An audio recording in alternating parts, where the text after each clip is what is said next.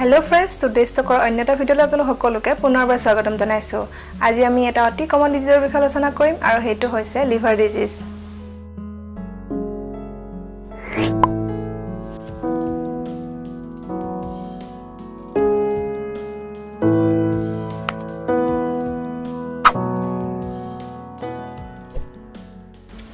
Liver disease হলে আমি কেনেকুৱা ধৰণৰ খাদ্য খাব লাগে বা আমি কেনেকুৱা ধৰণৰ ডায়েট ফলো কৰিব লাগে হেতু জনাটো বহুত বেছি ইম্পৰ্টেন্ট হয়।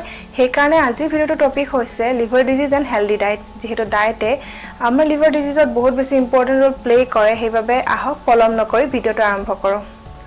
প্ৰথমতে জানো আহক লিভাৰ চিৰ'চিছৰ পেচেণ্টৰ ডায়েটৰ বিষয়ে। লিভাৰ চিৰ'চিছ মানে হৈছে লিভাৰটো সৰু হৈ যোৱা বা লিভাৰ ফাংচনটো কমি যোৱা, আৰু তেতিয়া ফাংচন কমি গ'লে লিভাৰ প্ৰটিন সিনথেসিস কমকৈ কৰে, যাৰ ফলত ব্লাড জমা হ'বলৈ যিবিলাক পদাৰ্থ আমাৰ শৰীৰত দৰকাৰ হয় সেইবিলাক পদাৰ্থ কমি যায়। আৰু সেইবাবে লিভাৰ চিৰ'চিছ থকা পেচেণ্টৰ বাবে প্ৰটিন যুক্ত মানে হাই প্ৰটিন ডায়েট বহুত বেছি ইম্পৰ্টেন্ট হয়। যেহেতু লিভাৰে প্ৰটিন সিনথেসিস কৰাটো কমাই দিছে, সেইবাবে আমি নিজৰ খাদ্যত প্ৰটিনযুক্ত আহাৰ বেছিকৈ ইনক্লুড কৰিব লাগিব। আৰু সেকেন্ড ৰিকমেন্ডেশনটো হৈছে নিমখ কমকৈ খাব লাগে, কাৰণ লিভাৰ চিৰ'চিছত লিভাৰত প্ৰেছাৰটো বহুত বেছি থাকে, যাৰ বাবে ব্লিডিং বা পেটত পানী জমা হোৱা আদিৰ ৰিস্কটো বেছি থাকে, আৰু সেই ৰিস্ক কমাবলৈ হ'লে নিমখ কমকৈ খাব লাগিব। নেক্সট লিভাৰ ডিজিজ পেচেণ্টে হাই কেলৰি ডায়েট ল'ব লাগিব, আৰু যদি কাৰোবাৰ ফেটি লিভাৰ প্ৰব্লেম আছে তেতিয়া চৰ্বিযুক্ত বা হাই ফেট ফুড বা হাই চুগাৰ ফুড আদি ইনক্লুড কৰিব নালাগিব। ইয়াৰ উপৰিও প্ৰটিনৰ মাত্ৰা বঢ়াব লাগিব। ফেট আৰু চুগাৰ কিয় ইনক্লুড কৰিব নালাগে, কাৰণ তেওঁলোকে নিজৰ ওজনটো নিয়ন্ত্ৰণ কৰি ৰাখিব লাগিব, সেইকাৰণে এইবিলাক মানে কমাব লাগিব বা একেবাৰে এভয়েড কৰিব লাগিব। আৰু ইয়াৰ পিছত প্ৰটিনৰ মাত্ৰা এইকাৰণে বঢ়াব লাগিব যাতে আমাৰ শৰীৰটোৱে এনাৰ্জি আৰু কেলৰি পুৰা পাই থাকে। আৰু যদি কাৰোবাৰ এলকহলৰ কাৰণে লিভাৰ ডিজিজ হৈছে বা এইটো যদি এলকহলিক লিভাৰ ডিজিজ হয় যাৰ কাৰণে শৰীৰৰ ওজন বহুত কমি গৈছে, তেতিয়া তেনেস্থলত তেওঁলোকে হাই কেলৰি ডায়েট ল'ব লাগিব। কিছুমান মানুহৰ লিভাৰ প্ৰব্লেমত হোৱা ডায়েটক লৈ বহুত বেছি ভুল ধাৰণা আছে। মানুহবিলাকে ভাবে যে লিভাৰ ডিজিজ থাকিলে মানে মানুহে কেৱল বইলেই খাব লাগিব বা হালধীয়া যিকোনো খাদ্য খাব নালাগিব বা খাদ্যত হালধি দি খাব নালাগিব ইত্যাদি ইত্যাদি বহুতো।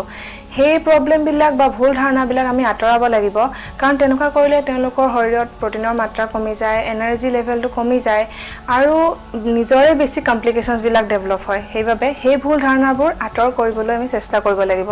আৰু যদি কমপ্লিকেশ্যনবোৰ হয় তেতিয়া নিমখৰ পৰিমাণ কমাব লাগিব, আৰু নিমখৰ পৰিমাণ কমোৱাৰ লগে লগে শৰীৰত ছডিয়ামৰ পৰিমাণো কমি যায়, যাৰ বাবে হাইপৰনেট্ৰিমিয়া হ'ব পাৰে। আৰু সেইকাৰণে এই হাইপৰনেট্ৰিমিয়াটো ৰোধ কৰিবৰ বাবে ছডিয়াম ছাপ্লিমেণ্ট কিছুমান দিয়া হয়। সকলো লিভাৰ ডিজিজৰ ডায়েট প্লেন বেলেগ বেলেগ হয়। এইটো ডিপেণ্ড কৰে কোনটো টাইপৰ লিভাৰ ডিজিজ আছে। আৰু আমি বিশেষকৈ তিনিটা ভাগৰ লিভাৰ ডিজিজ আৰু ডায়েটৰ বিষয়ে আলোচনা কৰিম। প্ৰথমতে হৈছে হেপাটাইটিছ। হেপাটাইটিছ গৰমৰ দিনত বেছিকৈ হয়, আৰু এইটো হেপাটাইটিছ এ আৰু হেপাটাইটিছ বি বীজাণুৰ কাৰণে হয়। ইয়াৰ লক্ষণসমূহ হৈছে ভোক নলগা, একো খাবলৈ মন নোযোৱা, বমি হোৱা ইত্যাদি। আৰু এই বেমাৰটোত আমি সদায় ঘৰুৱা চিম্পল আহাৰ খাব লাগে, বিশেষকৈ কাৰ্বহাইড্ৰেট, প্ৰটিন আৰু অলপ ফেট থকাটো খুবেই প্ৰয়োজন। আৰু এই বেমাৰটো যিহেতু বিয়পা বেমাৰ হয়, সেইবাবে ৰোগীয়ে ব্যৱহাৰ কৰা যিকোনো খাদ্যবস্তু বা ব্যৱহাৰ কৰা চামুচ বা প্লেট সেইবিলাক সদায় ছেপাৰেটকৈ ৰাখিব লাগে, আৰু ঘৰটো সদায় পৰিষ্কাৰ পৰিচ্ছন্নকৈ ৰাখিব লাগে, সদায় ফ্ৰেছ খাদ্যবস্তু খাব লাগে। আনহাতে লিভাৰ চিৰ'চিছত কি খাব লাগিব সেই বিষয়ে আগতে কোৱা হৈছে, যদিও এইটো বহুত এটা ছিৰিয়াছ প্ৰব্লেম হয়। ইয়াত লিভাৰটো বহুত বেছি উইক হৈ যায়, আৰু এইটোত আমি হাই প্ৰটিনযুক্ত হাই কাৰ্বহাইড্ৰেটযুক্ত খাদ্য খাব লাগিব। ইয়াৰ উপৰিও ভিটামিনযুক্ত খাদ্য খাব লাগিব, কিয়নো ইমিউন ছিষ্টেমটো বহুত বেছি উইক হৈ যায়, আৰু সেই ইমিউন ছিষ্টেমটো বুষ্ট আপৰ কাৰণে ভিটামিনযুক্ত খাদ্য খাব লাগিব। আনহাতে নিমখীয়া খাদ্য যেনে আচাৰ, চালাড বা যিকোনো তেনেকুৱা চিপছ বা নিমখীয়াযুক্ত খাদ্যবিলাক আমি পৰিহাৰ কৰিব লাগিব। আনহাতে পানী খুব বেছি খাব নালাগিব, কাৰণ কেতিয়াবা শৰীৰত বেছি পানী জমা হৈ যোৱাৰ বাবে পানীটো ৰেষ্ট্ৰিক্ট কৰা হয়, আৰু সেইবাবে কিন্তু পিয়াহ লগাটো নেচাৰেল হয়, সেইবাবে ডক্টৰৰ পৰামৰ্শ লৈহে কিমান পানী খাব লাগে সেই বিষয়ে জানি লোৱা। আন এটা লিভাৰ ডিজিজ হৈছে নন এলকহলিক লিভাৰ ডিজিজ। যদি খাদ্য অভ্যাসটো বহুত বেয়া হয়, যদি বহুত বেছি চৰ্বিযুক্ত আহাৰ খাই থকা হয়, বা লাইফষ্টাইলটো যদি বেয়া হয়, বেছি আৰামদায়ক যদি হয়, আপুনি যদি একেবাৰে ব্যায়াম নকৰে, এনেকুৱা ধৰণৰ ক্ষেত্ৰত আপোনাৰ নন এলকহলিক লিভাৰ ডিজিজ হ'ব পাৰে।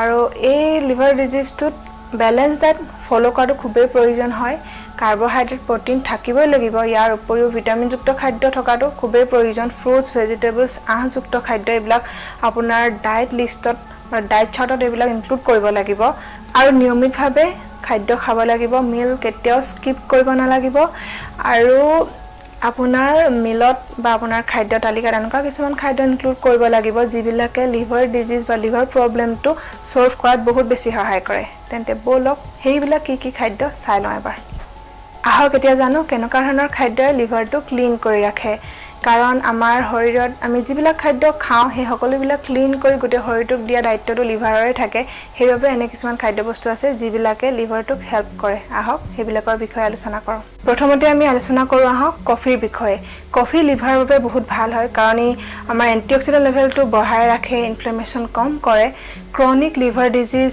লিভাৰ কেঞ্চাৰ বা ফেটি লিভাৰ ডিজিজৰ ৰিস্কটো কমাই ৰাখে ইয়াৰ উপৰিও নেমু তেতেলী টেঙা মৌচুমী টেঙা কমলা টেঙা আৰু ফলমূলৰ ভিতৰত আপেল মধুৰিআম আমলখি শিলিখা আদি লিভাৰৰ বাবে বহুত ভাল ইয়াৰ পিছতে সেউজীয়া শাক-পাচলি মাটি কান্দুৰি ভেদাইলতা এইবিলাকো বহুত ভাল হয় আৰু বন্ধাকবি তিয়হ বিনছ এইবিলাকো লিভাৰৰ বাবে বহুত ভাল আনহাতে হালধি পদিনা বেল তুলসী আৰু অতি সহজতে পোৱা চেংমৰা শাক আৰু মধুহুলেং এইবিলাক লিভাৰৰ বাবে বহুত ভাল হয় এইবিলাকো আমি খাব লাগে ইয়াৰ উপৰিও লিভাৰ ডিজিজ বা লিভাৰৰ ভাল বা হেলদি লিভাৰৰ বাবে যিকিবিলাক খাদ্য ভাল হয় সেই খাদ্য তালিকাখন এবাৰ স্ক্ৰীনত দেখাই দিছোঁ আপোনালোকে এবাৰ চাই লওক